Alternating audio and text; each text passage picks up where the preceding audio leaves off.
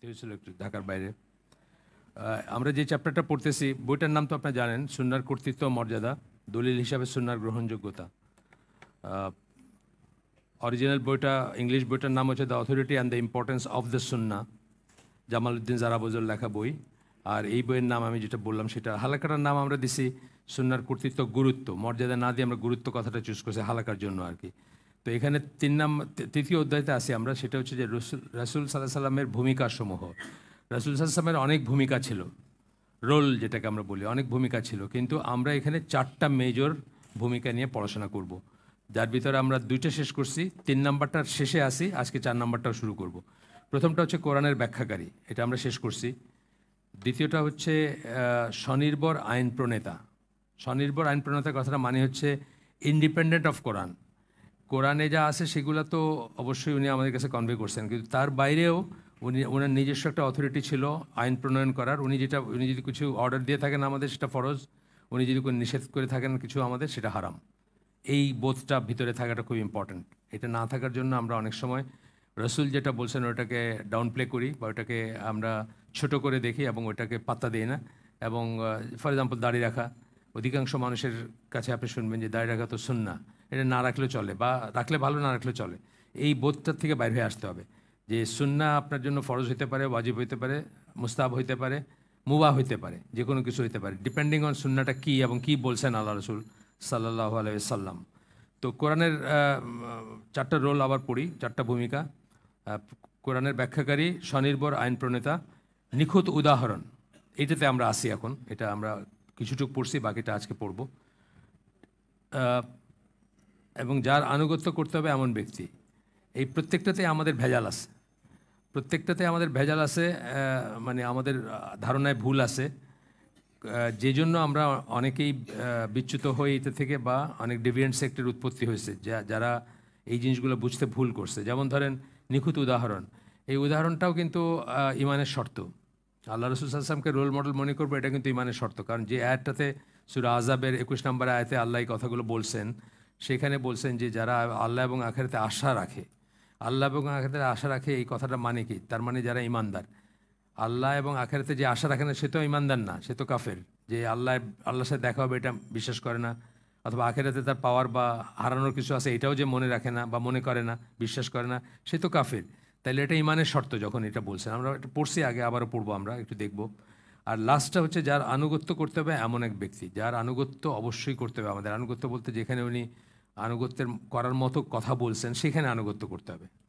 আবার সেই কথাটা আসতেছে যে ডু নটস যখন বলছেন, ডু বললে এটা করতে হবে, ডু নট বললে এটাকে বাদ দিতে হবে বা বেঁচে থাকতে হবে। তো যাই হোক, তো আমরা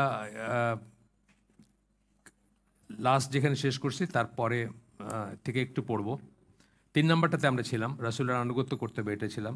এখন এখানে অনেক ধরনের লজিক বা অনেক ধরনের কথাবার্তা হয়ে গেছে আগে, তারপরে শেষ 2টা আয়াত আমি পড়ি। কেন রাসূলের আনুগত্য না, সরি, রাসূলকে রোল মডেল মনে করতে হবে, রাসূলকে আদর্শ মনে করতে হবে, প্যারাডাইম মনে করতে হবে, সেটা আমরা পড়ে আসছি, অনেক কিছুই পড়ছি, কিন্তু একদম শেষের দিকে একটা আয়াত পড়ি, 2টা আয়াত, এটা এখানে পড়ছিলাম গতদিন। এই শেষ 2টা আয়াত পড়ে তারপরে আমরা আজকে যেটুকু বাকি আছে সেটুকু পড়ব। সেটা হচ্ছে যে নিশ্চয়ই আপনি সরল পথের উপর অবস্থিত রাসূলদের অন্তর্গত। সূরা ইয়াসিন 3-4 নম্বর আয়াত।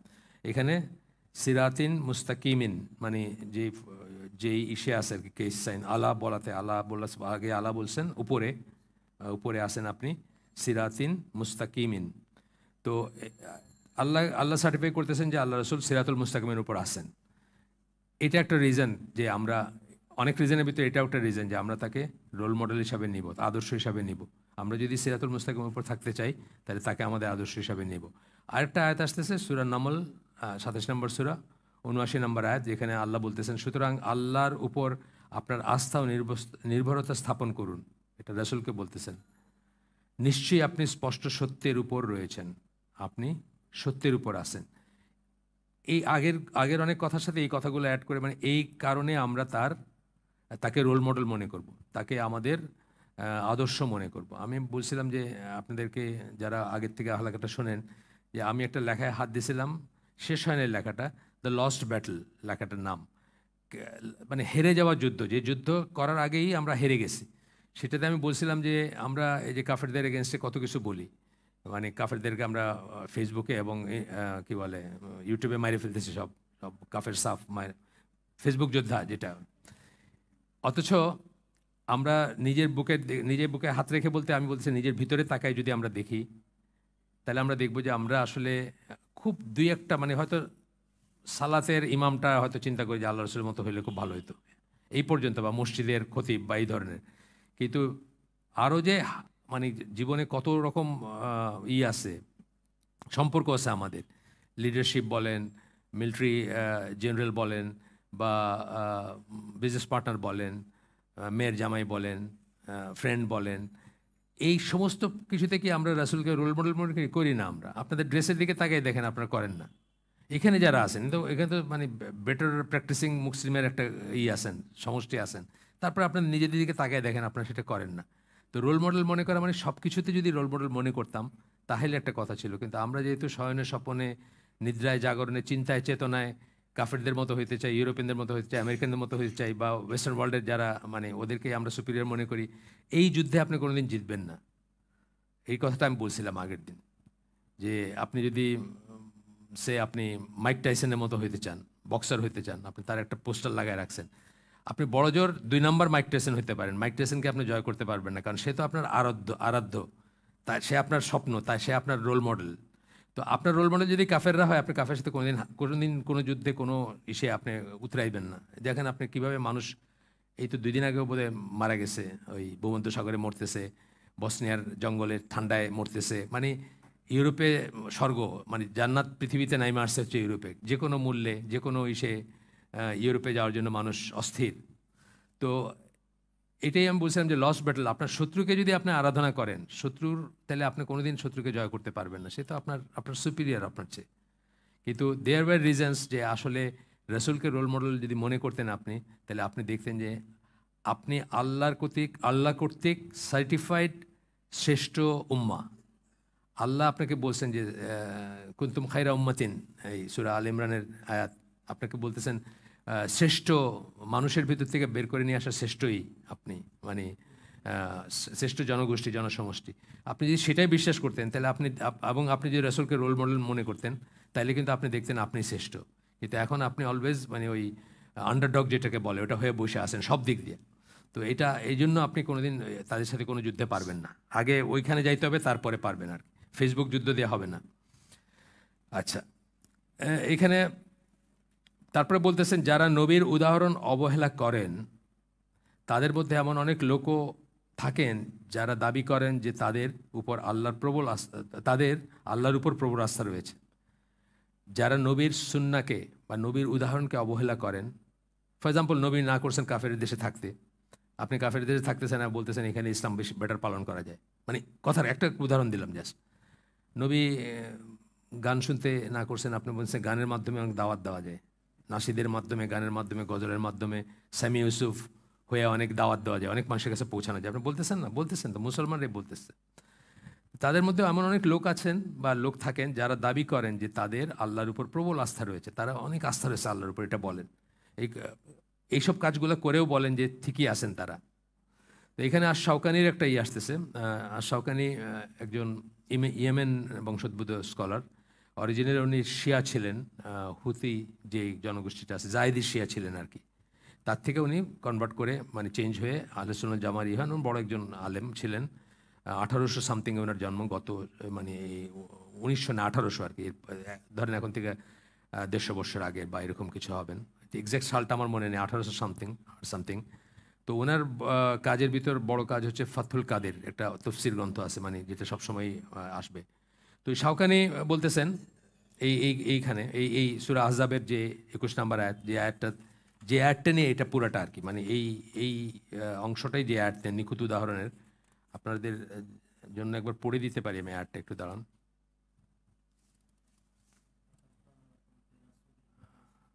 হ্যাঁ, তোমাদের মধ্যে যারা আল্লাহ ও আখিরাতের আশা করে ও আল্লাহকে বেশি বেশি স্মরণ করে, আল্লাহ এবং আখিরাতের আশা করে বলে কি করলেন, ইমানের শর্ত হয়ে গেল।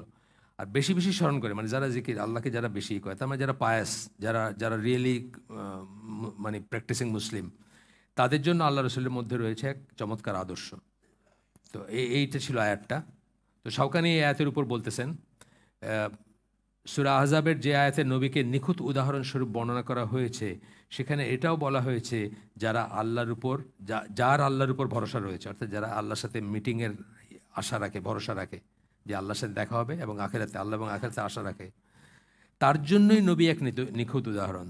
তার মানে উল্টাভাবে কি, আমাদের জন্য যে নিখুঁত উদাহরণ না হন, তার মানে আমরা আল্লাহ এবং আখেরাতে আশা রাখি না, ভরসা করি না, বা আমাদের ইমানের সমস্যা, আমাদের ইমান মানে চেক করে দেখা উচিত, তাই না? রোল মডেল বলতে সব কিছু, কাপড় চোপড়টা আমি জাস্ট একটা জাস্ট কথার কথা বলছি। আমি কত জায়গায় এটা বলতে বলতে টায়ার্ড হয়ে গেছি যে আপনি যখন একটা জিন্সের প্যান্ট এবং একটা টি শার্ট পরে যখন সালাদ আদায় করেন, আপনি যখন সেজদায় যান, আপনার সতরের প্রত্যেকটা ভাঁজ, প্রত্যেকটা মানে আউটলাইন দেখা যাচ্ছে। আপনার সালাত হচ্ছে কিনা এটা নিয়ে মানে বিতর্ক আছে, আপনি দেখেন, পড়ে দেখেন। কোনো আলেম বলছেন টোটালি হচ্ছে না, কোনো আলেম বলছেন যে আপনি বাসায় গিয়ে আবার পড়তে হবে, যদি জামাতে আপনি পড়েও থাকেন আবার পড়তে হবে, ইত্যাদি অনেক আছে। বেলাল ফিলিপস একটা লেকচার আছে এটার উপর সুন্দর, যে আমরা তো পর্দা করে মানে মুখে ফেনা উঠায় ফেলি, শুধু মেয়েদের ব্যাপারেই মনে করি যে পর্দাটা।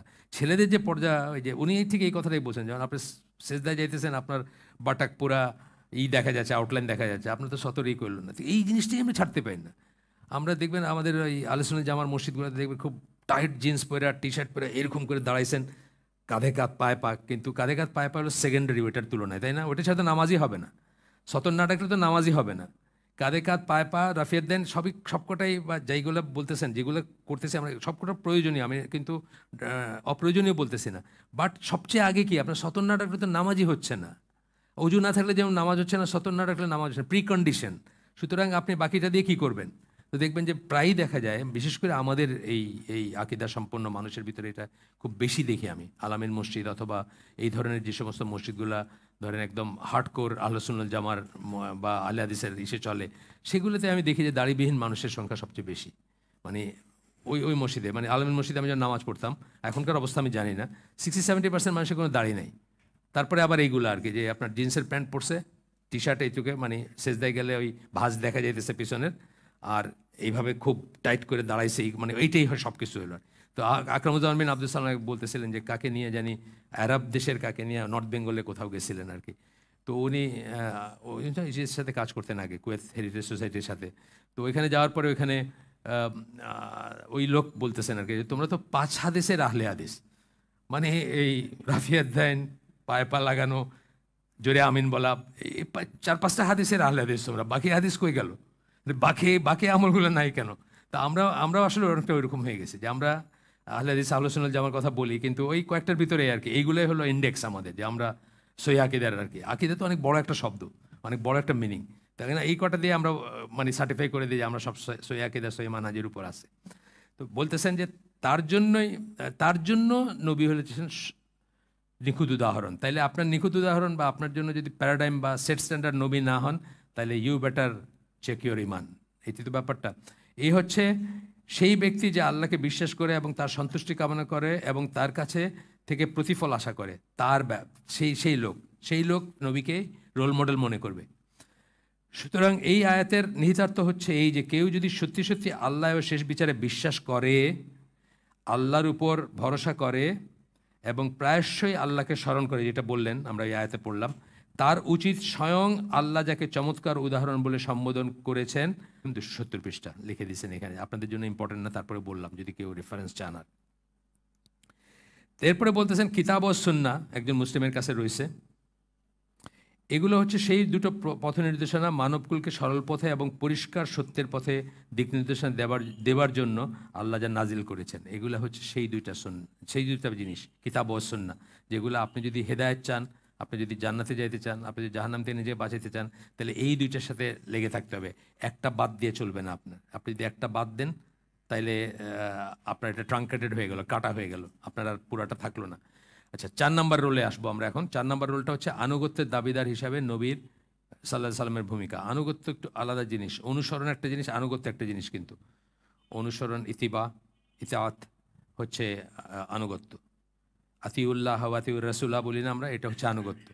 আর একটা জায়গায় একটা অনেক সময় ব্যবহার হয়, কিন্তু একটু তখন এখন এখানে প্রথমে সূরা নিসার 64 নম্বর আয়াত কোট করতেছেন, যেখানে বলতেছেন আমরা কখনোই এমন কোনো রসুল প্রেরণ করিনি আগের রসুলদের কথা বলতেছেন, আমাদের নবীর আগের রসুল আছেন না 1,00,000+ কাউকে, মানে এমন কোনো রসুল পাঠায় নাই, নবী রসুল মিলায় 1,00,000+, যে রসুল হয়তো সবাই না, যাই হোক এখানে রসুল কথাটা বলা হয়েছে, প্রেরণ করিনি আল্লাহর অনুমতি সাপেক্ষে। বিইজনিল্লাহ যে কথাটা আমরা বলি না, প্রায় বলি যে আল্লাহর অনুমতি সাপেক্ষে, যার আনুগত্য করতে হবে না, মানে যে রসুলই পাঠাইছি তারই আনুগত্য করার আদেশ দিছি আমরা, আল্লাহর ইচ্ছা, আল্লাহর অনুমতি সাপেক্ষে তার আদেশ। অনুমতি সাপেক্ষে মানে এই যে আনুগত্যটা, এটাকে আল্লাহ বলছেন বলে আনুগত্য, সেই কথাটা বোঝানো হচ্ছে এখানে।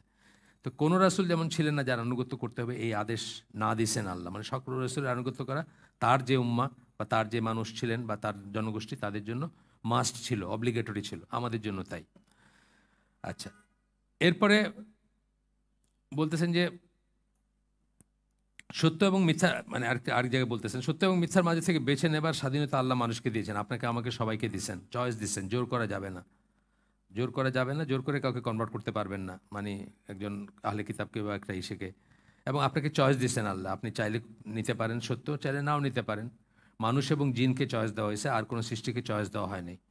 হ্যাঁ, এই জন্য মানে এটা একদিকে রিস্কি ব্যাপার হয়েছে, আল্লাহ বলছেন এই কথা যে মানুষ এই রেসপন্সিবিলিটি নিছে, অন্যরা নেয় নাই। মানুষ এই চ্যালেঞ্জটা নিছে বা রেসপন্সিবিলিটি নিছে যে সে চয়েস নিবে এবং তারপরে সৎপথে চলবে, এই কথাটা কোরআনের টোন আর কি। অন্যগুলা যেমন আপনার গরু ছাগল যারা, তারা মাটি হয়ে যাবে, তাদের কোনো জান্নাত নাই, জাহান্নাম নাই, কিয়ামতের দিন শেষ। কিন্তু আমাদের তো ইটার্নাল জান্নাত অথবা ইটার্নাল জাহান্নাম আছে, অনেক বড় একটা রিস্কি ব্যাপার আর কি। তো যাই হোক, এখানে সূরা মুলকের 1 নম্বর 2 নম্বর আয়াত কোট করতেছেন, যেখানে বলতেছেন তিনি মহিমান্বিত, সর্বময় কর্তৃত্ব যার, তিনি সব বিষয়ে সর্বশক্তিমান, তিনি মৃত্যু এবং জীবন সৃষ্টি করেছেন তোমাদের পরীক্ষা করার জন্য, এই যে টেস্টের জন্য, আপনি কি চুজ করেন। টেস্ট আছে দেখেই বিচার আছে, এটা কিন্তু একটা বোধ, এটা বোঝ একটা, এটা কিন্তু মুসলমানদের ভিতরে বিভ্রান্তি আছে মুসলমানদের ভিতরে, বিভ্রান্তি আছে যে আসলে কি আমাদের চয়েস আছে, আমাদের বোধে কোনো চয়েসে নেই। এখানে দুটো জিনিস বলি, আমরা একটা বলি ফ্যাটালিজম বলি একটা কথা, মানে আমাদের কোনো চয়েসই নেই, সব কিছু একদম আল্লাহ ঠিক করে দিয়েছেন। এটাকে নাম আছে, এটার নাম কি বলে, এদেরকে জবরিয়া বলে। হ্যাঁ, জবরিয়া, যারা বলে যে আমি যে মদ খাইতেছি, আমার কি শক্তি আছে মদ খাওয়ার, আল্লাহ আমাকে খাওয়াইতেছেন, সুতরাং আমার কোনো গুনাহ নেই, এটা জবরিয়া। আরেকটা হচ্ছে কাদারিয়া, যারা বলে যে আল্লাহ এখানে বসলাম আমি, এই আল্লাহ জানলেন যে আমি বসলাম, তার আগে আল্লাহ জানেন না বসলাম, এটা হচ্ছে কাদারিয়া। আমরা আহলে সুন্নাত জামার আকীদা হচ্ছে মাঝখানে, যে আমরা অ্যান্ড বলি, অর বলি না, আল্লাহ জানেন এবং আমার চয়েস আছে দুইটাই। আল্লাহ জানেন আমি আজকে এখানে বসবো, আমাকে সৃষ্টি করার বা জগৎ সৃষ্টি করার 50,000 বছর আগে আল্লাহ জানেন যে আমি এখানে আজকে বসে হালাকা করব, জানেন। কিন্তু আমি যে হালাকায় আসবো এটা আমার চয়েস ছিল, যেহেতু পাস্ট প্রেজেন্ট ফিউচার একসাথে জানেন, সেই জন্য আল্লাহ জানেন। এটা একটু গন্ডগোলের কনসেপ্ট, কারণ আমরা তো, আমাদের কাছে আগে পরে উপর নিচ এই জিনিসগুলো আছে, আল্লাহর কাছে তো এগুলো নাই, আগে এবং পরে নাই, উপর এবং নিচ নাই, সেই জন্য একটু আলাদা। তখন বলতেছেন আমাদের মধ্যে কে উত্তম কর্ম করে, এই পরীক্ষা করার জন্য আল্লাহ মৃত্যু এবং জীবন সৃষ্টি করছেন। কে কে এটাতে উতরায়, সেই জন্য তিনি পরাক্রমশালী, ক্ষমাশীল, এটা সূরা মুলকের আয়াত। তারা তার কিতাব অনুসরণ করছে কিনা, আল্লাহ আমাদের পরীক্ষা করতেছেন আমরা কিতাব অনুযায়ী জীবনযাপন করতেছে কিনা। একইভাবে তিনি পরীক্ষা করে দেখছেন তারা তার নবীর সুন্নাহ অনুসরণ করে কিনা, নবীর সুন্নাহ অনুসরণ করি কিনা, সেটাও আমাদের চয়েস দেওয়া হয়েছে এবং সেটা আল্লাহ দেখতেছেন আমরা করতেছে কিনা, এবং তা মেনে চলে কিনা, নবীর সুন্নাহটা আমরা মেনে চলতেছে কিনা, বা নবী যা বলছেন সেগুলা মেনে চলতেছে কিনা। তারা বিশ্বাসী, এটা কেবল তাদের জিহ্বা দ্বারা দাবি করাটা পর্যাপ্ত নয়, মুখে বলে ফেললাম। হ্যাঁ, আমরা কি জানি ইমানের ডেফিনেশন আহলে সুন্নাত জামার মতে কি, অন্তরে বিশ্বাস, মুখে ঘোষণা, কর্মে বাস্তবায়ন করা বা সেই অনুযায়ী কাজ করা। তাইলে কাজটা কেটে ফেললে আপনার কিন্তু ইমান নাই, কাজটা কেটে ফেলে দিলে ইমান নাই। তো এটা খুব ইম্পর্ট্যান্ট একটা পয়েন্ট। তো জিহ্বা দ্বারা দাবি করাটা পর্যাপ্ত না। এরপরে এখানে সূরা আনকাবুত 2 নম্বর 3 নম্বর আয়াত কোট করতেছেন, বলতেছেন মানুষ কি মনে করে যে আমরা ইমান এনেছি, এটা ইনভার্টেড কমার ভিতরে, এই কথা বললেই তাদেরকে পরীক্ষা না করে অব্যাহতি দেওয়া হবে। আপনি বললেন বিশ্বাস করি বাস হয়ে গেল না, মানে ফরজ ওয়াজিব আমল যেগুলো আল্লাহ বলছেন করতে, এগুলো তো মানে মাস্ট, অব্লিগেটরি। এর বাইরে কত টেস্ট আছে, আপনাকে আল্লাহ, আজকেই পড়তেছিলাম আজকে না কালকে পড়তেছিলাম মনে, এর বাইরে আল্লাহ, এটা হচ্ছে দাঁড়ান কোন সূরা, সূরা ফাজর, সূরা ফাজর, যাকে আল্লাহ নিয়ামত দিছেন সে অহংকার করে এবং মনে করে যে আমি আল্লাহর চোজেন। যেন অনেক বিলিয়নের বানাইছেন তাকে, সে চোজেন। তাই তো এলন মাস্ক হলো আল্লাহর চোজেন, তাই না? বিলিয়নের হলে যদি চোজেন হইতো তাহলে এলন মাস্ক আল্লাহর চোজেন। যাকে আল্লাহ গরিব মনে করে মনে বানাইছেন, সে মনে করে যে আল্লাহ আমাকে হেয় করলেন মানুষের কাছে, আমাকে ছোট করছেন মানুষের কাছে। এটা দিয়ে বিচার হবে না, এটা দিয়ে ব্যাপার না, এটা দিয়েই না। যাই হোক, তো এই সমস্ত টেস্টগুলোর ভিতর দিয়ে যাইতে হবে আপনার। আমি তো মনে করি বেশি সম্পদের টেস্টটা কম সম্পদের টেস্টের হচ্ছে মানে মানে ডিফিকাল্ট। কম সম্পদের টেস্ট আপনার লায়াবিলিটি অনেক কম, রেসপন্সিবিলিটি অনেক কম, আপনি বেঁচে গেলেন কোনো মতে, আমার নাই আমি দিব কই থেকে। কিন্তু বেশি সম্পদের টেস্টটা অনেক ডিফিকাল্ট। বেশি সম্পদের টেস্টটা দেখবেন, আপনি খেয়াল করেন একটু, বেশি সম্পদের টেস্টটা ফেল করাটা খুব লাইকলি, কিন্তু কম সম্পদের টেস্টটা কম, আপনার কম। আপনি 1 টাকা দিয়েছেন, ছেড়ে একটা নোট পকেট থেকে বাইর করে মসজিদের এসে দিয়ে দিয়েছেন, বা শেষ, আপনার কাছে আসেই 2টা, একটা দিয়ে দিয়েছেন।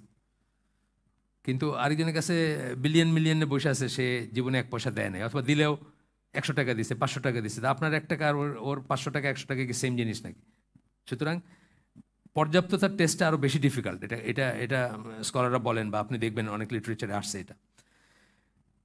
কিন্তু হালে এমন অনেক মানুষ পাওয়া যাবে যারা দাবি করেন যে তারা কোরআন এবং সুন্নাহ অনুসরণ করছেন, মানে যারা দাবি করেন যে তারা কোরআন অনুসরণ করছেন এবং সুন্নাহ অনুসরণ করার প্রয়োজন তাদের নেই, এরকম মানুষ পাওয়া যাবে। মানে যেটা নিয়ে আমরা এই বইটা অল অ্যাবাউট, যেটা আর কি, কোরআনে আমরা কোরআন মানতেছি কিন্তু সুন্নাহ মানার মানে দরকার নেই আমাদের, এরকম অনেক মানুষ পাওয়া যাবে না। এইটা নিয়ে তো বইটা পড়া হচ্ছে এখানে। এই বইটা পড়ার একটা রিজন হচ্ছে যে কোরআনীরা যে কথাগুলো বলে, সেই কথাগুলোর আনসারগুলো আমাদের মাথায় থাকা উচিত। তো অনেক মানুষ পাওয়া যাবে যারা বলবে যে আপনার কোরআন তো মানতেছি, কোরআন অনুসরণ করতেছি, সুন্নাহ মানার দরকার নেই। বুঝে হোক না বুঝে হোক বলবে। আমরাও কিন্তু বড় হয়েছি এটা মনে করি, আমরা বড় হয়েছি এটা মনে করি যে ফরজ হচ্ছে যা কোরআনে বলা হয়েছে, বা আল্লাহ যেটা বলছেন, রসুল যেটা বলছেন, এটা হচ্ছে মানে সুন্নাহ, এবং এটা রিকমেন্ডেড, করলে খুব ভালো, না করলে কোনো গুণা নেই। যে কনসেপ্ট থেকে বাংলাদেশে মানুষ দাঁড়িয়ে রাখে না, যে কনসেপ্ট থেকে বাংলাদেশের মানুষ আরও অনেক কিছু করে না, মনে করে যে আল্লাহ রসুল বলছেন এটা না করলে চলবে আর কি, এরকম। তো অথচ যে কোনো ব্যক্তির জন্য ইমানের পূর্ব শর্ত হচ্ছে এই যে সে কোরআন ও সুন্নাহ দুটোই অনুসরণ করবে। এই পুরো বইটা আমরা এটা নিয়েই পড়তেছি, এবং না এক এক জায়গায় এক একটা দলিল দিচ্ছি আমরা। আসেন একটা দলিল দেখি আমরা, সূরা আলে ইমরান 32 নম্বর আয়াত। এটা খুব ইম্পর্ট্যান্ট আয়াত। এখানে আল্লাহর কথা এবং রসুলের কথা আলাদা করে বলা হয়েছে, মানে আল্লাহ এবং রসুল দুইটা উল্লেখ করা হয়েছে। এটা বলা হয় না যে আল্লাহ যা বলছেন রসুল যদি সেটা বলেন তাহলে সেটা মানো, এইভাবে বলা হয় নাই। বলছে যে আল্লাহ এবং রসুলের আনুগত্য করতে বলা হয়েছে। বলুন, আল্লাহর আনুগত্য করো এবং রসুলের আনুগত্য করো, আল্লাহর আনুগত্য করো এবং রসুলের আনুগত্য করো। আর তোমরা যদি মুখ ফিরিয়ে নাও তবে জেনে রাখো নিশ্চয়ই আল্লাহ অবিশ্বাসীদেরকে ভালোবাসেন। একদম কাফের কথাটা ইউজ করছেন আল্লাহ, আল্লাহ কাফেরদেরকে ভালোবাসেন না। তার মানে দুইটার থেকেই মুখ ফিরে না, অথবা যে কোনো একটার থেকে মুখ ফিরে নিলেও কিন্তু আপনি কাফের, এটা আল্লাহ বলতেছেন। এখানে আন্ডারলাইন করে দিয়েছেন এই বইতে। এই আয়াতে যারা আল্লাহ তার রসুলের দিক থেকে মুখ ফিরিয়ে নেয় তাদেরকে প্রকারান্তরে অবিশ্বাসী বা কাফের বলা হচ্ছে। ইবন কাসির বলেন, এরপরে ইবন কাসিরের আসতেছে, উনি কি বলতেছেন, এই আয়াত প্রমাণ করে যে এমন যে কেউ যে কিনা রসুলের সাথে ভিন্ন মত পোষণ করে এবং তার সুন্নাহ অনুসরণ করতে অস্বীকার করে, সে কাফির হয়ে যায়।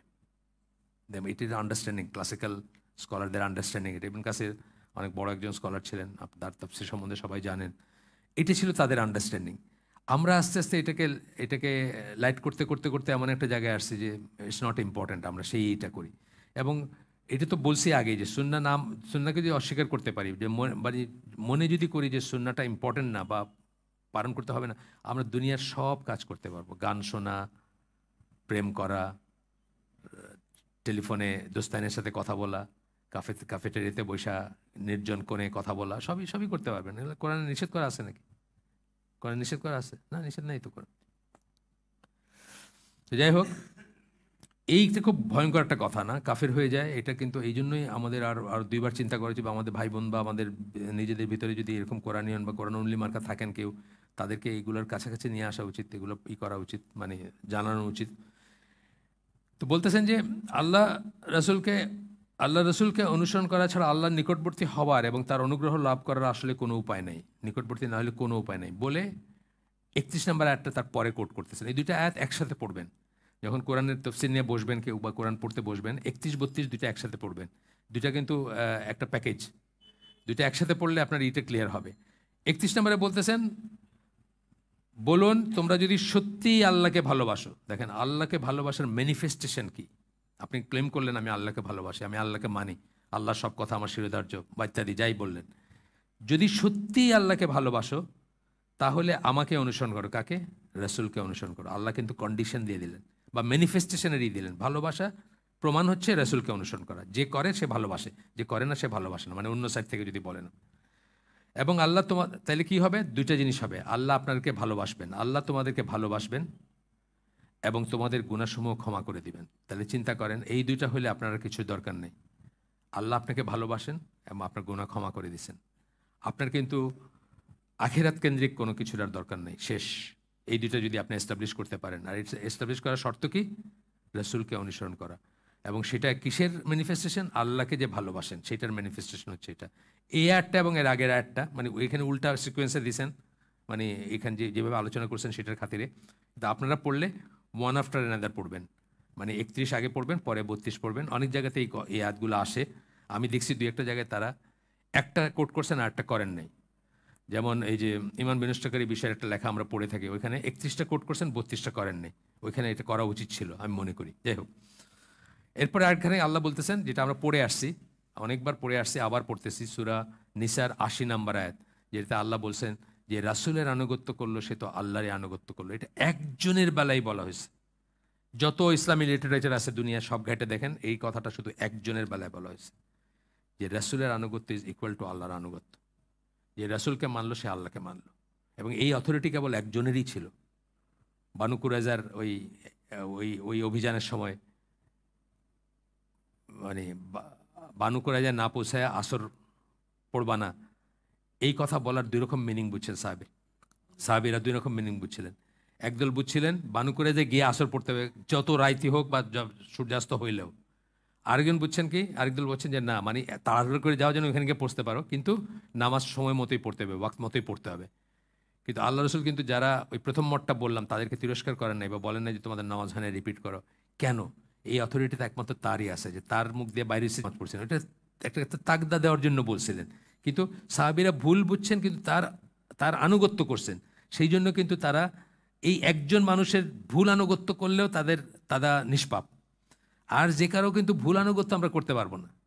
ভুল জিনিসে আর কারো এই যে মাজাব টাজাব নিয়ে যে ডগমেটিক ব্যাপারগুলো হয়, কেন হয়? ভুল হোক শুদ্ধ হোক, আমার ইমাম যেটা বলছেন ওইটাই ঠিক, আমি আর কিছু শুনতে চাই না। এই জন্যই তো এই পজিশন দুনিয়াতে আর কারো নাই, শুধু একজনেরই আছে।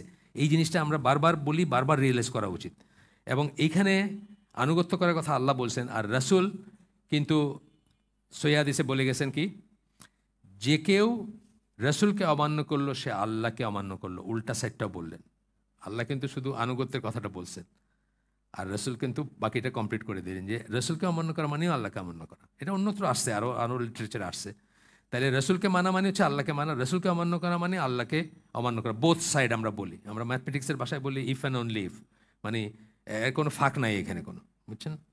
ম্যাথমেটিক্সে পড়ছেন না, ইফ অ্যান্ড অনলি ইফ একটা কথা বলে না, মানে দুই সাইড থেকে ভ্যালিড একটা কথা বলতেছেন যে a plus B whole square সমান a square plus 2ac plus B square.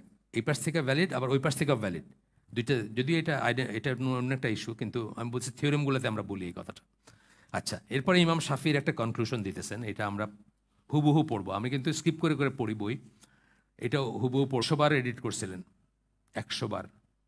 কিন্তু তারপরেও দেখছেন যে এই বইটাতে ভুল আছে, তারপরেও ভুল বাইরেছে। তখন উনি বলছিলেন যে আল্লাহ চান না আল্লাহর কিতাব ছাড়া আর কোনো কিতাব নির্ভুল হোক। আপনি দেখেন যে কোনো বই দেখবেন যে একবারে, মানে ইংল্যান্ড আমেরিকার প্রেসগুলো তো খুব ভালো, ওদের বইগুলো খুব সুন্দর না?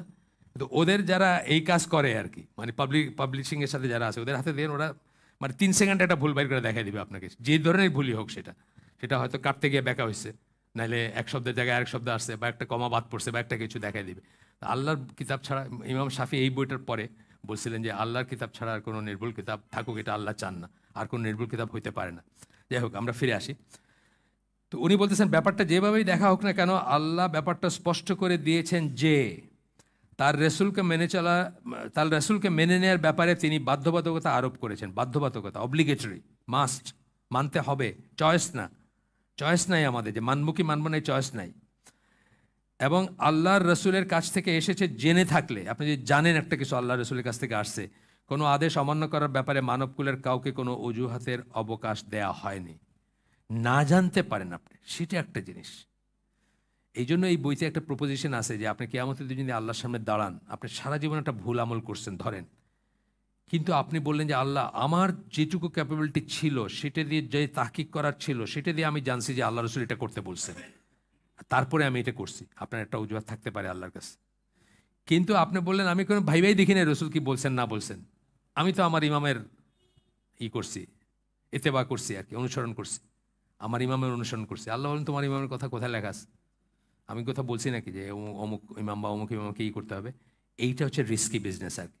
কিন্তু আমরা একদম খালিস নিয়তে এবং সব চেষ্টা করার পরে আল্লাহ রসুল বলছেন দেখে যদি জেনে থেকে যদি একটা কাজ করি, কাজটা যদি ভুলও হয়, আমাদের একটা যুক্তি থাকবে আল্লাহর সামনে।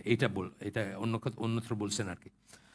আল্লাহ বরং দিনের সকল ব্যাপার মানুষের জন্য তাকে আল্লাহ বরং সকল ব্যাপারে, সব ইস্যুতে মানুষের জন্য তাকে অপরিহার্য করে রেখেছেন। অপরিহার্য, আনঅ্যাভয়েডেবল, ইনএভিটেবল।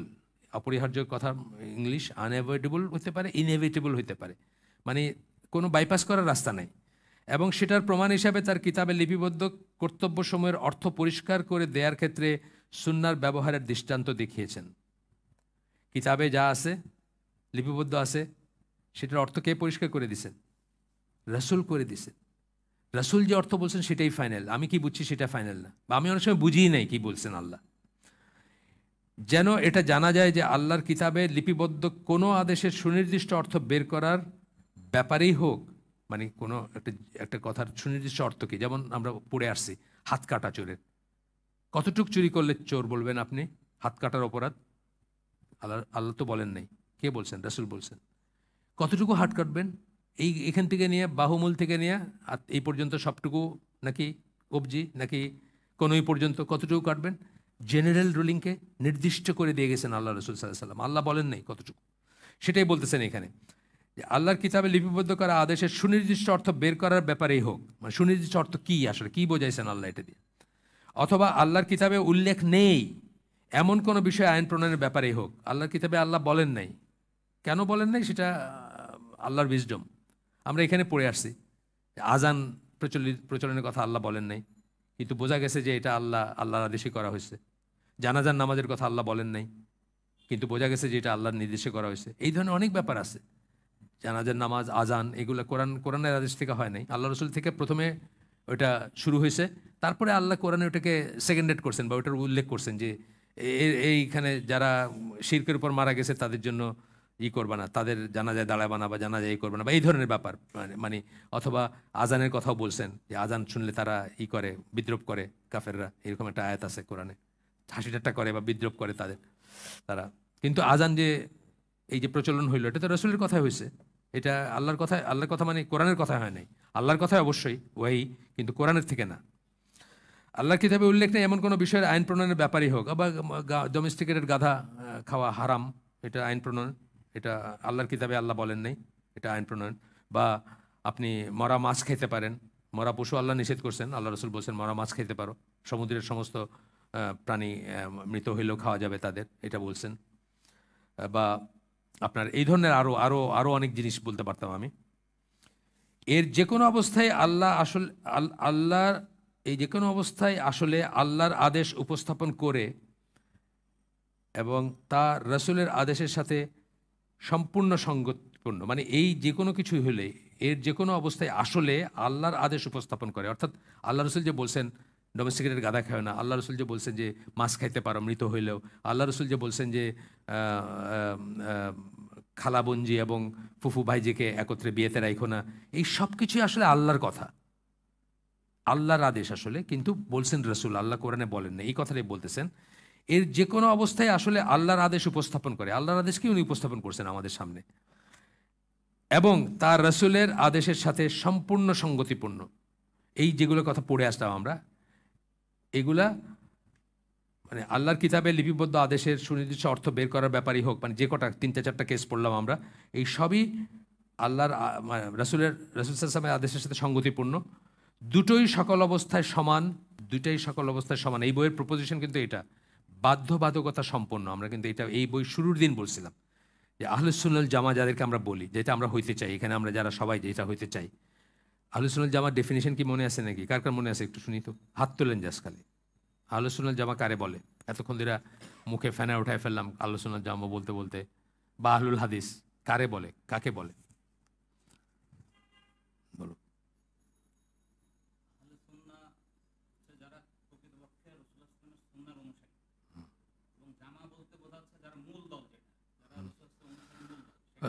মানে মোটামুটি হয়েছে, তবে একদম পিনপয়েন্ট জিনিসটা হচ্ছে যে আল্লাহ এবং আল্লাহ রসুলের সাহাবীরা, আল্লাহ রসুল এবং আল্লাহ রসুলের সাহাবীরা যে পথ এবং আকিদা মানহাজের উপর ছিলেন, সেই পথ এর উপর যারা থাকবে কিয়ামত পর্যন্ত, তাদেরকে আমরা বেশ কয়েকটা নামে ডাকি। আহলুস সুন্নাল জামা, আহলুল হাদিস, আহলুল আসার, তাইফা মানসুরা, ফিরকাতুন নাজিয়া।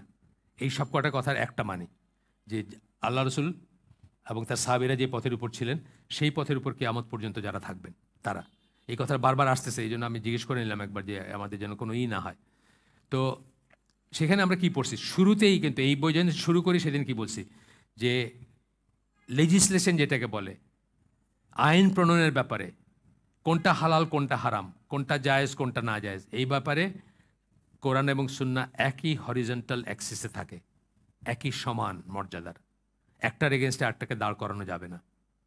কিন্তু সোয়াবের ব্যাপারে, আপনার ইবাদত হিসাবে বা মর্যাদার ব্যাপারে, মিরাকল হিসাবে, মিরাকল মানে অলৌকিক বা এইসব, এইখানে কোরআন এবং সুন্নাহ ভার্টিক্যাল অ্যাক্সিসে, আগে কোরআন পরে সুন্নাহ।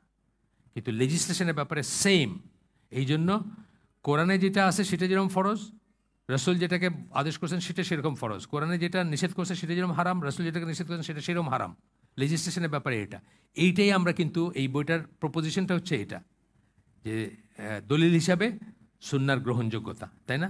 সুন্নাহর কর্তৃত্ব, মর্যাদা, এই যে মর্যাদাটা সুন্নাহ। কিন্তু ইবাদতের জিনিস হিসাবে আমরা বলি না যে হাদিস পড়লে হাদিসের প্রত্যেকটা হরফের জন্য আপনি সওয়াব পাবেন, এটা কিন্তু আমরা কখনো বলি না। হ্যাঁ, জ্ঞান অর্জনের থাকবে আপনার, কোরআনের বেলায় বলি। বা হাদিস নিয়ে তো আমরা তাহকিক করি, কোরআন নিয়ে কি করি নাকি যে এইটা কি সহি নাকি, ওটা কি সহি নাকি, আমরা কি করি? কোরআন ওয়ান্স আমাদের কাছে আসে, আমরা কি একটা শব্দ নিয়ে কোনো তাহকিক করি নাকি যে এই শব্দটাকে এটা হইতো না ওইটা হয়তো? বরং যারা করছে তারা ধ্বংস হয়ে গেছে, তাদেরকে মানে কেউ অ্যাকনোলেজ করে নাই। একটা হারাকাত চেঞ্জ করতে চাইছিল মুতাজিলারা, সেটা পর্যন্ত সমস্ত আলেমরা মানে একসাথে রিজেক্ট করছেন, বড় বড় আলেমরা। তারা চাইছিল শুধু একটা হরকত চেঞ্জ করা, আল্লাহকে আল্লাহ লিখতে চাইছিল। তাদের মাথায় একটা জিনিস ধরে না, সেই জন্য তারা এটা চেঞ্জ করতে চাইছিল। তো কিন্তু হাদিসের বেলাতে এটা বৈধ, আপনি তাহকিক করবেন এই হাদিসটা সহি কিনা, এই হাদিসটার সূত্রটা, এই চেইনটা কেমন, মতন কেমন, এটার ইসনাদ কেমন, সনদ কেমন, আপনি সবই করতে পারেন। তো মর্যাদার ব্যাপারে আলাদা, কিন্তু লেজিসলেশনের ব্যাপারে তারা সমান। এটা আমরা কিন্তু প্রথম দিন শুরু করতে বলছিলাম এখানে। আচ্ছা, এবার আমরা উপসংহার, এই ভূমিকাসমূহ সম্বন্ধে যা পড়লাম সেটার একটা সামারি করব। বেশ কয়েকদিন ধরে পড়ছি তো আমরা, আপনার কিছুটা ভুলে যেতে পারেন, কিছুটা চলে। যে পূর্ববর্তী অধ্যায় নবীর সুন্নাহর কর্তৃত্ব গুরুত্ব সুনির্দিষ্টভাবে প্রতিষ্ঠিত করে, আগে আমরা পড়ে আসি, এই অধ্যায় না, এই অধ্যায় কিন্তু ভূমিকাগুলা। কোরআনের এমন আয়াত ও হাদিস উপস্থাপন করা হয়েছে, আমরা অনেক আয়াত এবং অনেক হাদিস কিন্তু আমরা উপস্থাপন করছি এখানে। মানে আল্লাহ ওই যে সূরা নিসার 59 নম্বর আয়াতটা থেকে শুরু করে, যেখানে বলছেন আতিউল্লাহ আতিউর রাসূলুল্লাহ, এরকম অনেক আয়াত পড়ে আসছি আমরা, হাদিসের অনেক লিটারেচার পড়ে আসছি, সেগুলো আমরা এস্টাবলিশ করছি। কিন্তু এখানে আমরা রোল নিয়ে কথা বলতেছিলাম, ভূমিকা নিয়ে কথা বলতেছিলাম, সেগুলো এস্টাবলিশ করে আসছি আমরা আগে, এখন রোল নিয়ে কথা বলতেছিলাম। ইসলামের জন্য সুন্নাহ একটা অপরিহার্য বিষয় এবং তা ইসলামী আইনের একটা উৎস। সত্যি বলতে কি সুন্নাহ ছাড়া কোনো প্রকৃত ইসলাম নেই, এটা হচ্ছে কনক্লুশনে বলতেছেন। সুন্নাহ ছাড়া কোনো ইসলাম নেই, নো সুন্নাহ নো ইসলাম। আপনি সালাত, আপনি হজ, জাকাত, জিহাদ, যে কোনো কিছু, আমাদের ভিতর এত মারামারি কাটাকাটির হচ্ছে যে আমরা কখনো রুটে ফিরে গিয়ে দেখি না যে কোনটা ঠিক কোনটা ঠিক না। ইভেন আমাদের দেশেও ধরেন, এই যে আমাদের দেশে কত রকম ওরে, কালকে দেখলাম কে জানি কার মুখে প্রস্রাব করতে চাইছেন, দেখলাম কোনো আলেমের মুখে। আচ্ছা, যাই হোক, আমি খেয়াল করি নাই, ডিটেলস আমি জানি না। এই সব শেষ হয়ে যেত যদি সবাই একদম এক জায়গায় বসে বলতেন যে আসেন আমরা এই খুলি, আমরা হাদিস খুলে বসি, এই রাসূল কি বলছেন, সব কিছু আমরা ওইখানে বিচার আল্লাহ এবং আল্লাহ রাসূলের কাছে নিয়ে যেতে বলছেন না? তোমরা যদি কোনো বিষয়ে, ওই সূরা নিসার 59 নম্বর আয়াত, তোমরা যদি কোনো বিষয়ে যদি তোমরা মতবিরোধ থাকে তাহলে আল্লাহ এবং আল্লাহ রাসূলের কাছে নিয়ে যাও, আসেন কোরআন এবং হাদিসটা খুলে বসি। এবং হ্যাঁ, এখানে আবার একটা ব্যাপার আছে যেটা আকরামুজ্জামান বিন আব্দুল সালাম বলেন যে হাদিস তো সহি, কিন্তু এটার হচ্ছে জাল, মানে ব্যাখ্যা হচ্ছে জাল। সে ব্যাখ্যাটাও আমরা নিব ওনাদের কাছ থেকে, যারা আমাদের ছিলেন, সালাফ ছিলেন, তাদের ব্যাখ্যা। তারা কি বুঝছেন, তাহলে তো লেটা চুকে যেত না। সেটা করবেন না। সেটা করলে কিন্তু সব কিছু খুব ইজি হয়ে যেত। এইটাই বলতেছেন যে সত্যি বলতে কি সুন্নাহ ছাড়া কোনো প্রকৃত ইসলামই নাই। তাইলে যে কেউ যদি যে কোনো ডিসপিউটকে আমরা ওইখানে নিয়ে গেলে কিন্তু আমরা বুঝতাম যে এটা ঠিক কিনা, তাই না? ধরেন এই যে আয়াতটার কথা বলতেছি, সূরা নিসার 59 নম্বর আয়াত, এটা হচ্ছে মাযহাবের এগেনস্টে সবচেয়ে স্ট্রং দলিল, মাযহাব মানার এগেনস্টে বা মাযহাবের গোড়ামির এগেনস্টে সবচেয়ে স্ট্রং দলিল এটা। অথচ এইটার উপরে এইটাকে দলিল বানায় বই লেখা হয়েছে মাযহাব কিও কেন, মানে মাযহাব যে মানবেন আপনি সেটা কেন হয়েছে এটা। কারণ এইটা ঠিক আছে, আয়াতটা ঠিক আছে, কিন্তু এই আয়াতটার পটভূমিটা কি, এটা সম্বন্ধে রাসূল কি বলছেন, রাসূল কীভাবে ওই মানে প্রবলেমটা সলিউশন করছেন, এইটা জানলেই কিন্তু আমরা আমরা বুঝতাম যে এটা কোনটা ঠিক। এটাতে আপনি জানেন তো ঘটনাটা বলছিলাম আগে, এখানে একজন সাহাবীর আন্ডারে একটা দলকে কোনো একটা মানে মিশনে পাঠাইছিলেন আল্লাহ রসুল। ওনার সাথে ওনার অধীনস্থদের বনিবনা হয় নাই কোনো কারণে। উনি ওদেরকে মানে কাঠ জড়ো করতে বলছেন, জড়ো করে আগুন দিতে বলছেন, তারা আগুন দিছেন, তারপরে ঝাঁপ দিতে বলছেন ওইখানে। ওনারা সেটাও মনে করছেন যে, অনেকেই মনে করছেন এটাও শিরোধার্য, কারণ আমিরের কথা মানতে হয়। এটা তো ইসলামে আমিরের পজিশন তো খুব অন্যরকম, স্পেশালি যখন কোনো একটা যুদ্ধে বা পাঠাইছেন, এক্সপেডিশনে পাঠাইছেন বা কোনো একটা মিশনে। একজন ইয়াং সাহাবী বলছেন যে না, আমার মনে হচ্ছে এখানে কোনো একটা ভুল আছে, চলো আমরা এটা রসুলের কাছে নিয়ে যাই, আল্লাহ রসুল কী বলেন। সেই উপলক্ষে এই আয়াতটা নাজিল হয়েছে যে যদি তোমরা ডিসপিউট করো, মানে আল্লাহ রসুলের সাথে আনুগত্য যেভাবে শিরোধার্য, ওই সেন্সে শিরোধার্য না। আমির ভুল করতে পারেন, এই স্কোপটা আছে, কারণ আমির ডিভাইনলি প্রোটেক্টেড না। উলিল আমর যাদেরকে বলি, সেটা মসজিদের ইমাম হইতে পারেন, সেটা যুদ্ধের আমির হইতে পারেন, দেশের প্রেসিডেন্ট হইতে পারেন। তারটা একটা ভুল হওয়ার স্কোপ আছে, কারণ উনি আল্লাহর প্রোটেক্টেড না, ডিভাইনলি প্রোটেক্টেড না। সেইটা যদি আমরা মনে করি কখনো যে উনি ভুল করতেছেন, ওনাকে চ্যালেঞ্জ করি, তখন কি করণীয়? আল্লাহ এবং আল্লাহ রসুলের কাছে নিয়ে যেতে হবে, কোরআন এবং হাদিসের কাছে নিয়ে যেতে হবে।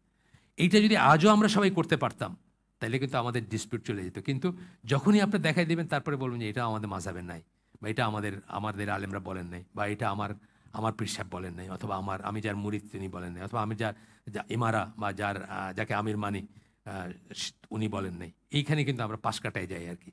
তো এটাই বলতেছেন এখানে যে সুন্নাহ ছাড়া কোনো প্রকৃত ইসলামই নেই। এটা বোল্ড ফেস করে দিয়েছেন এখানে এই বইয়ে, ইচ্ছা করে দিয়েছেন যে মানে এই বোঝটা আমাদের মাথায় থাকবে, নো সুন্নাহ নো ইসলাম।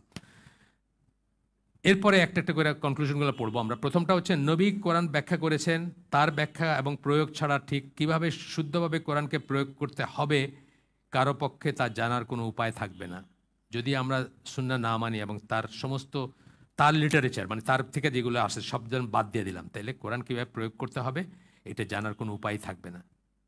আকিমুস-সালাহ, কীভাবে সালাত, এই জন্য এই বইয়ে এক জায়গায় বলছেন, মানে থিওরিটিক্যালি বলছেন যে ধরেন থিওরিটিক্যালি এমন হইতো যে সুন্নাহ 100% প্রিজার্ভ, কিন্তু কোরআন নাই। আবার কোরআন 100% প্রিজার্ভ, কিন্তু সুন্নাহ নাই। দুইটার ভিতর কিন্তু সুন্নাহ 100% প্রিজার্ভ, কোরআন না থাকলে আপনি দিন পালন করতে পারবেন।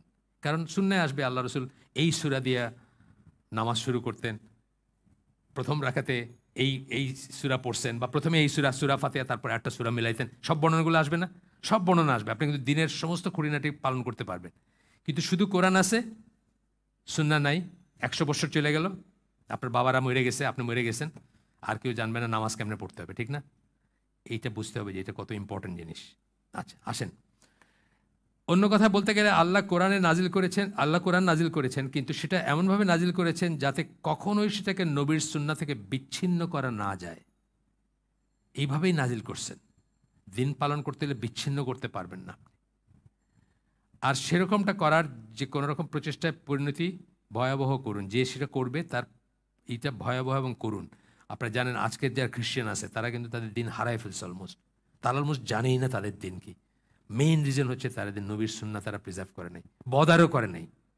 এখন according to Luke, according to Matthew, according to Mark, according to John, কে কি বলছে ওইটাই পাবেন বাইবেলে, নবীর সুন্নাহ নাই কিন্তু। এরপরে বলতেছেন, এরপরের কনক্লুশন, এরপরের পয়েন্টটা, এটাও বোল্ড ফেজ, কোরআন এবং হাদিস দ্বারা এটা প্রমাণ করা হয়েছে যে, আমরা আগের থেকে এই পর্যন্ত যা পড়ছি, নবী সাল্লাল্লাহু আলাইহি সাল্লাম ছিলেন আইনের এক স্বনির্ভর উৎস, ইন্ডিপেন্ডেন্ট অফ দ্য কোরআন। এটা মনে রাখবেন সবসময়। এমনিতে তো আইনের উৎসই ছিলেন, কোরআন কোথায় পাইছি আমরা, তার কাছ থেকেই তো পাইছি। কিন্তু ইন্ডিপেন্ডেন্ট অফ কোরআন, কোরআনের কথা যদি নাও থাকে, তারপরে উনি একটা স্বনির্ভর উৎস, এটা মাথায় প্ল্যান করাটা খুব দরকারি। মুসলিমরা কোরআনকে মেনে চলতে যেরকম বাধ্য, ঠিক একইভাবে রাসূল সাল্লাল্লাহু আলাইহি ওয়াসাল্লামকে মেনে চলতেও তারা বাধ্য মাস্ট, এটা আমাদের জন্য অব্লিগেটরি, আমাদের জন্য এটা খুব ইম্পর্ট্যান্ট একটা বুঝ। কেননা দিন সংক্রান্ত তার কথা এবং কোরআন উভয়ের উৎসমূল হচ্ছেন আল্লাহ। দিন সম্বন্ধে যা বলছেন সব ওহীভিত্তিক, আমরা এটা তো পড়ে আসছি। ওহী কার কাছ থেকে আসছে? আল্লাহর কাছ থেকে। কিতাব ওয়াল হিকমা, কোরআনের ভাষায় কিতাব হচ্ছে কিতাব, হিকমা হচ্ছে সুন্নাহ, এটা আমরা পড়ে আসছি, এস্টাবলিশ করে আসছি। সো দুইটারই উৎস কি? ওয়াহি কার থেকে আসে? আল্লাহর কাছ থেকে আসে। এবং যে কেউ এসব মেনে আসলে আল্লাহরই ইবাদত করছে, যখনই সে সুন্নাহকে মানবে, আল্লাহ রসুলের আদেশ মানবে, সে আসলে আল্লাহর ইবাদত করতেছে। সুতরাং কেউ যদি সঠিকভাবে আল্লাহর ইবাদত করতে চায়, এটা কি ইলেকশন? না, এটা কার কনস্টিটিউয়েন্সি? এটা আচ্ছা, আমাদেরটা আবার হিরো, মানে ওই ওনার নাম কি, ফেরদৌস। আমি দেখলাম সেন্ট্রাল রোডে ওনারই, মানে দেখা 10। আচ্ছা, সুতরাং কেউ যদি সঠিকভাবে আল্লাহর ইবাদত করতে চায়, তবে তাকে অবশ্যই নবীর কাছ থেকে আসা ব্যাপারগুলো অনুসরণ করতে হবে এবং মেনে চলতে হবে। কোরআনের সেই ব্যাপারগুলোর উৎস থাকুক বা না থাকুক, এটা পুরাটা বোল্ড করে দিয়েছেন কনক্লুশনটা আর কি। কেউ যদি সঠিকভাবে আল্লাহর ইবাদত করতে চায়, আপনি আল্লাহর ইবাদত করতে চান, হ্যাঁ, আপনি বলতেছেন ইয়াকা না'বুদু ওয়া ইয়াকা নাস্তাইন, আপনি শুধু আল্লাহর ইবাদত করেন, তাহলে আপনাকে কী করতে হবে? অবশ্যই নবীর কাছ থেকে আসা ব্যাপারগুলো অনুসরণ করতে হবে। কিভাবে নামাজ পড়বেন, কিভাবে ইবাদতটা করবেন। এই জন্য আমরা কি দেখছি, মানে ইবাদত কবুলের শর্ত ইমানের পরে দুইটা, শুধু আল্লাহর জন্য হইতে হবে এবং আল্লাহ রসুলের দেখায় দেওয়া পদ্ধতিতে হইতে হবে ইবাদত। কোরআনের সেই ব্যাপারগুলোর উৎস থাকুক আর না থাকুক, থাকলেও না থাকলেও। আচ্ছা, এরপরের পয়েন্টটা, নবী ছিলেন নিখুঁত উদাহরণ। সবকটা আমরা পড়ে আসছি, কিন্তু এখন জাস্ট চ্যাপ্টারটাকে সামারাইজ করতেছেন। নিখুঁত উদাহরণ, তিনি সিরাতুল মুস্তাকিম বা সরল পথের অনুসরণ করেছিলেন বা সরল পথের উপর ছিলেন। আর তাই কেউ যখন সেই পথ সম্বন্ধে জানতে চায়, আপনি খুঁজেন না ইহদিনাস সিরাতুল মুস্তাকিম, আপনি বলেন না, আপনি আল্লাহকে বলতেছেন আমাকে সরল পথ দেখো, তাহলে কি আপনি নবীর পথ দেখতে হবে? আপনি চাইতেছেন, আপনি যদি সিনসিয়ার হন আপনার চাওয়াতে, যেটা 17 বার আপনি বলেন আল্লাহকে যে আমাকে সরল পথ দেখাও, তাই যদি আপনার ঠিক হয়, কথাটা যদি আপনার ঠিক হয়, আপনি যদি সত্যবাদী হন, তাহলে কি করতে হবে? তাহলে আপনাকে উদাহরণ খোঁজ করবেন এবং কোথায় যাবেন? আপনি সুন্নাহর কাছে যাবেন। এটাই বলতেছেন, তিনি সিরাতুল মুস্তাকিম বা সরল পথের অনুসরণ করেছিলেন। আর তাই কেউ যখন সেই পথ সম্বন্ধে জানতে, আচ্ছা নামাজ কেমনে পড়তে বলছেন, আচ্ছা রোজা কেমনে রাখছেন, কখন ইফতার করছেন, কখন সেহরি কাট অফ করছেন, হ্যাঁ, কোন সময়টাকে সেহরি কাট অফের সময় মাপছেন, হজের বাহনে চড়ে তাওয়াফ করা যাবে কিনা, লাঠি দিয়া টাচ করা যাবে কিনা, মানে কত কিছু আছে না, মানে বর্ণনায় কত রকম জিনিস আসছে। কাছে না যাইতে পারলে কি করতে হবে, হজে আছে, রোজায় আছে, জাকাতে আছে, কাকে দেওয়া যাবে কাকে দেওয়া যাবে না, কিসের জাকাত দেওয়া যাবে কিসের জাকাত দেওয়া যাবে না, কিসের জাকাত দিতে হবে না হবে ইত্যাদি। এবং তার জন্য অবশ্য, আচ্ছা গেল, তার জীবনের সবচেয়ে শ্রেয় আর কোনো জীবনযাত্রা হতে পারে না। তার জীবনের ধরনের চেয়ে, মানে রাসূল সাল্লাল্লাহু আলাইহি ওয়াসাল্লামের জীবনের ধরন যেটা ছিল, তার চেয়ে শ্রেয় আর কোনো জীবনযাত্রা হতে পারে না, ওয়ে অফ লাইফ হতে পারে না। এটা কিন্তু ইমান বিনষ্টকারী বিষয়। আমরা ইমান বিনষ্টকারী বিষয় 12টার ভিতরে 4 নম্বর পয়েন্টটা হচ্ছে যে আল্লাহ রসুল যা নিয়ে আসছিলেন, যে জীবন ব্যবস্থা নিয়ে আসছিলেন, কেউ যদি মনে করে যে ওর চেয়ে বেটার কোনো জীবন ব্যবস্থা আছে, সেটা কমিউনিজম, ক্যাপিটালিজম, ডেমোক্রেসি অথবা যা কিছু হইতে পারে, কেউ যদি মনে করছে বেটার অথবা ওটাকে রিপ্লেস করতে পারে, একটা হচ্ছে বেটার, একটা হচ্ছে এইটা সরাই নিয়ে এইটার জায়গায় ওইটা দিতে পারেন, এটা মনে করলে তার ইমান নষ্ট হয়ে যাবে। ইমান বিনষ্টকারী বিষয়ের একটা কিন্তু এটা আমাদের ভিতরে ঘরে ঘরে আমরা মনে করি যে ওয়েস্টার্ন মানে যে শাসন ব্যবস্থা, তাদের ডেমোক্রেসি, তাদের ক্যাপিটালিজম, তাদের সোশ্যালিজম, তাদের কমিউনিজম, এগুলো শ্রেয় আমরা মনে করি না। আমরা অনেকেই মনে করি কোরআন এখন আর কাজ করে না, সুন্নাহ এখন আর কাজ করে না। ওই প্রস্তর যুগের এই দিয়ে এখন বলে মানুষ এরকম উল্টো কি অদ্ভুত উটের পিঠে চলেছে স্বদেশ।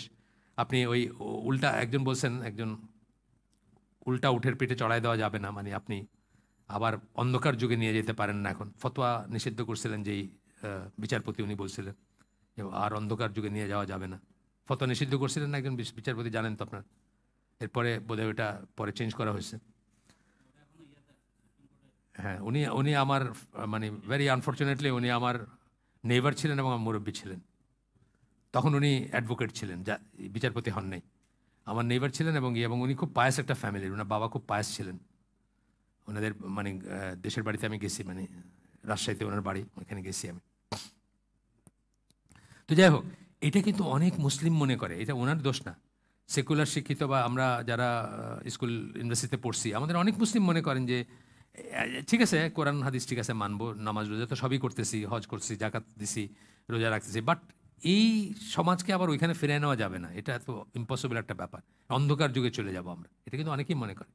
আমাদের দেশে তো বলেই, মানে প্রকাশ্যেই বলে আমাদের দেশে, আর মনের ভিতরে অনেকেরই আছে যে এটা আসলে কাজ করে না। তো এরপরে বলতেছেন তার জীবনযাত্রা, ওয়ে অফ লাইফ, তার চেয়ে শ্রেয় কোনো লাইফ হইতে পারে। এটা কিন্তু আকিদা পয়েন্ট, ইমান বিনষ্টকারী বিষয়। যদি আপনি মনে করেন যে আমেরিকানদের life, Canadian lifestyle, way of life, এটা আমাদের চেয়ে শ্রেয় যদি মনে করেন, আপনারা অজ্ঞত থাকতে পারে, আপনি আমাদেরটা না জানতে পারেন, সেটা অন্য যে জানেন, পড়েন, পড়াশোনা করেন, কিন্তু আপনি যদি মনে করে নেন যে এটা শ্রেয়, তাহলে আপনার কিন্তু ইমান নষ্ট হয়ে যাবে, আপনার মুসলিম না, মুসলিম থাকবেন না। আচ্ছা, একজন মুসলিম যদি সঠিক উপায়ে নবীর অনুসরণ করে, তবে সে নিশ্চিত হতে পারে যে সে এমন এক আচরণ করছে যা আল্লাহ সন্তুষ্টি বয়ে আনে।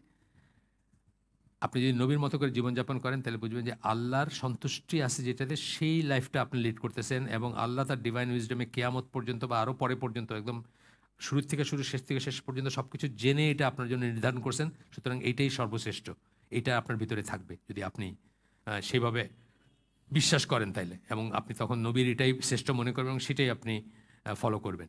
এরপরের এইটা কনক্লুশনের পয়েন্টটা হচ্ছে, কেউ কোরআন পড়তে পারে এবং তার কাছে সুন্দর লাগতে পারে। কাফেরদের অনেকের কাছে কোরআন সুন্দর লাগে, কিন্তু আপনি দেখেন ইউটিউব ভর্তি ভিডিও পাবেন, আপনি কান্দে দিতেছে কোরআন, এক কথা না বুঝেও কাঁদতেছে, পাবেন না? It doesn't mean anything. এটাতে কিন্তু জাহান্নাম থেকে মুক্তি হবে না। কেউ কোরআন পড়তে পারে এবং তার কাছে সুন্দর লাগতে পারে, কিন্তু তারপরে প্রশ্ন থেকে যায়, সে কি আসলে সেটাকে সঠিক পন্থায় বাস্তব রূপ দিতে চায়? সে কি আসলে সেটাকে করে নাকি, বাস্তব রূপ দিতে চায় কিনা? ধরেন কোরআনের one of the first translations ইংলিশে হচ্ছে A.J. আরবেরি। উনি তো কাফের, মুসলমান হয় নাই, উনি বাস্তব রূপ দিতে চান নাই, উনি হয়তো মানে একটা মানে সাহিত্যের কাজ করছেন আর কি, বা একটা আছে না, মানে একটা কাজ করছেন। জন আরবেরি, উনি ওয়ান অফ দ্য ফার্স্ট আর কি। তারপরে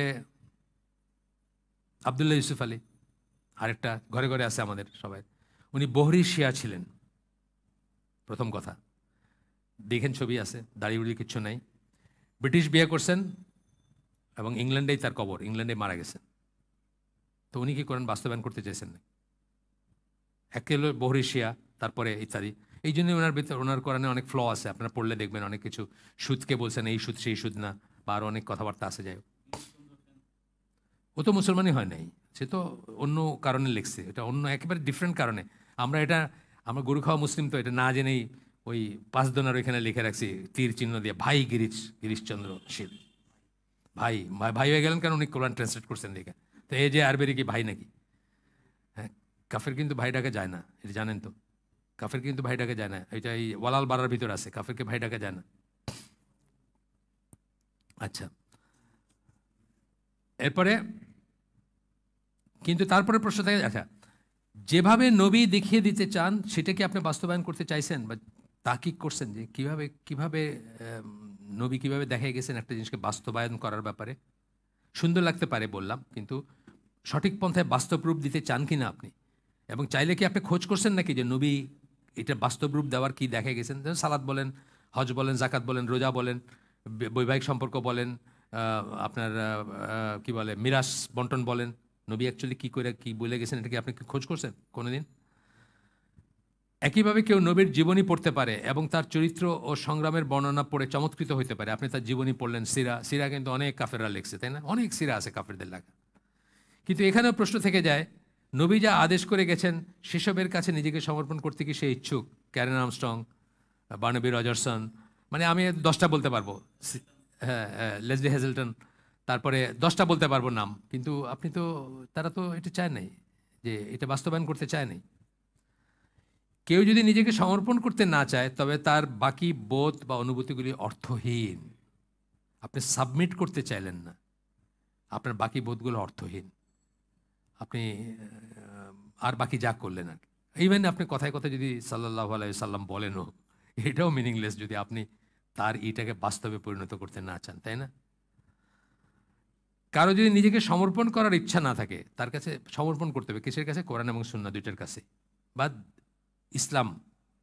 ইসলাম মানে আল্লাহর কাছে সমর্পণ করতে, আল্লাহর কাছে সমর্পণ মানে দুইটার কাছে সমর্পণ করা, একই কথা। তবে সে আসলে আল্লাহর কাছে ওই পরীক্ষায় বিফল হবার প্রমাণ রেখে যাচ্ছে। আল্লাহ তার অসীম প্রজ্ঞা ও জ্ঞান বলে মানবকুলকে যাচাই করতে চেয়ে তাদেরকে যে পরীক্ষার মাঝে রেখেছিলেন। এখানে আসতেছে সূরা মুলকের ওই আয়াতটা, যে হায়াত এবং মানে মৃত্যু এবং করছেন, জীবন আল্লাহ সৃষ্টি করছেন যেন তাদেরকে পরীক্ষা করতে পারেন। সেই কথাটা আবার আসতেছে যে সেটাই তাইলে বিফল হয়ে গেলেন আপনি। আবার পড়ি লাইনটা, কারো যদি নিজেকে সমর্পণ করার ইচ্ছা না থাকে, মানে হোল হার্টেডলি সাবমিট করার ইচ্ছা না থাকে কোরআন এবং সুন্নাহ দুইটার কাছেই, তবে সে আসলে আল্লাহর কাছে ওই পরীক্ষায় বিফল হওয়ার প্রমাণ রেখে যাচ্ছে। আপনি দলিল রেখে যাচ্ছেন আপনার এগেনস্টে। আল্লাহ তার অসীম প্রজ্ঞা ও জ্ঞান বলে মানবকুলকে যাচাই করতে চেয়ে তাদেরকে যে পরীক্ষার মাঝে রেখেছিলেন। আমার এই চ্যাপ্টারটা শেষ। আমি আর এই চ্যাপ্টারটা জাস্ট শুরু করে কি what it is all about বলে আমি শেষ করে দিব। 1 ঘন্টা হয়ে গেছে আমাদের। সুন্নাহর মর্যাদা বরং কোরআনের মর্যাদা, এই একটু আগে কথাটা বলছি। এটা কিন্তু আমরা এই কোরআন এবং সুন্নাহকে একই এক্সিসে বললাম, রেজিস্ট্রেশনের ব্যাপারে সমান বলে কিন্তু আমরা কোরআনকে খাটো করে দেখতেছি না। সেটা নিয়ে হলো এখানের আলোচনাটা, এবং সেটা নিয়ে বিভিন্ন স্কলারদের মত আছে। কোনো স্কলার দ্বিমত করছেন, কিন্তু পরে দেখা গেছে যে আসলে একই কথা বলতেছেন উনি, কিন্তু অন্য একটা ল্যাঙ্গুয়েজে বলতেছেন। 1-2 সাতিবি যেমন আছেন, বা আরও এরকম 1-2 স্কলার পাবেন এই 1400 বছরে যারা রিনাউন্ড, তারা হয়তো এই বইয়ের প্রপোজিশনের লাইনের সাথে একটু ডিফার করতে পারে। কিন্তু দেখা গেছে যে তারা যেটা বলতেছেন, ফাইনালি তারা বলতেছেন যে সকল সুন্নাহই কোরআনের, মানে ওইটার সূত্র হচ্ছে, উৎস হচ্ছে কোরআন। এইভাবে তারা প্রমাণ করার চেষ্টা করছেন।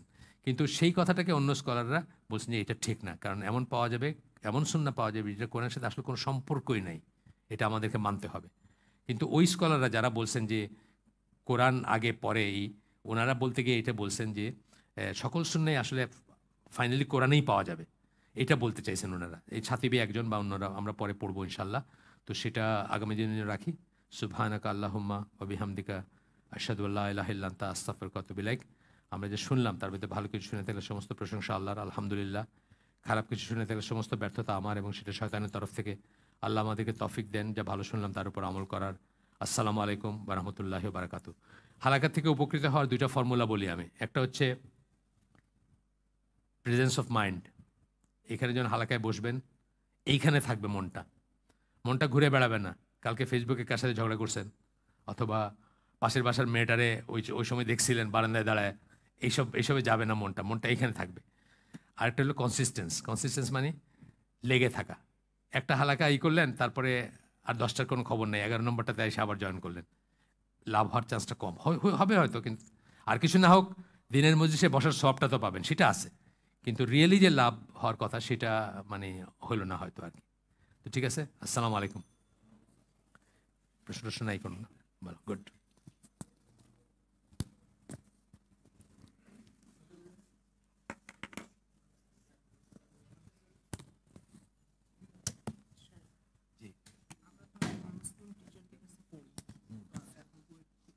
বলবেন, বুঝতে না, মানে টিচার বলবেন, যেগুলো বলে বলে না, টিচার বলে। বাইরে তো কোনো ভাই ডাকে না, যাদেরকে আপনি বলতেছেন তারা তো তাদের মিস্টার ওয়ার্ল্ডে তো কোনোদিন ভাই ডাকে আরও না। মিস্টার হগার্ট আমরা রাখলাম, আমাদের টিচার।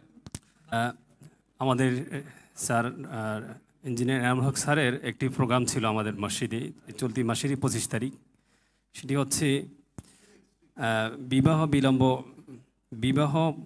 বিলম্ব করার পরিণতি ও প্রতিকার, এর থেকে বাঁচার প্রতিকার, এই বিষয়ে স্যারের একটা প্রোগ্রাম ছিল। সেটি অনিবার্য কারণবশত এই মাসে না হয়ে এটা আগামী ফেব্রুয়ারি মাসে হবে ইনশাআল্লাহ। আপনারা যারা এই প্রোগ্রামে রেজিস্ট্রেশন করতে চান, আমাদের বাহিরে ব্যানারটা আছে, ওখানে বিস্তারিত করা আছে। 100 টাকা রেজিস্ট্রেশন ফি, আপনারা চাইলে করতে পারেন ইনশাআল্লাহ। আমাদের সকলে উপকার হবে ইনশাআল্লাহ। সবাই দরকার আছে স্যার জি। জি জি ইনশাআল্লাহ।